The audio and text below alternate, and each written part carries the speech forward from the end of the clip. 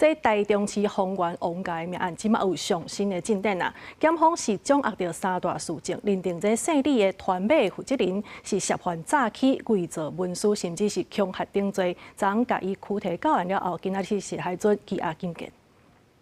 凤安王家5人命案关键被告团购做姓李的查某人，检警整合新事证14具提到案现场串灭证，反复14记录，先后以刑罚诈欺处财、伪造准书文书、恐吓处财等罪嫌成合禁见。15透早台中地方法院裁准。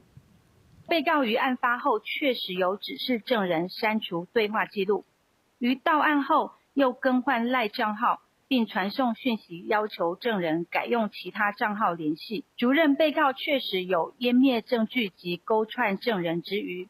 具有羁押之原因及必要性，故依法裁定羁押并禁止接见通信。检警查出王家大汉查某囝女同和姓张的美容师小开始下加入姓李的查某人经营黄金团购群组，女下被黄金碳卡米上技术被骗负责上千万。全小组先通知姓李的查某人到案水平测了15万交保，引起议论。后续整合三大新事证，有被告甲死者电子设备收回财政、信用卡、录卡金流，加上其他被害者出面指证14个具体到案，第一政府也被证据价交传证人记录，再准羁押禁见。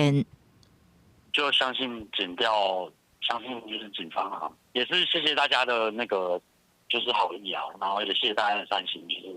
目前都还 OK。王家大查某囝朋友强调相信司法侦办，王家家属心情也算稳定，感谢各界关心。台中地检署表示，目前已经发动2摆搜查，到案接受调查人数超过30人，包含姓张的美容师、姓陈的饭店业者、甲姓张也有金楼姓余的业者3人涉犯洗钱、诈欺等罪专特被告，后续继续调查案情。记者综合报道。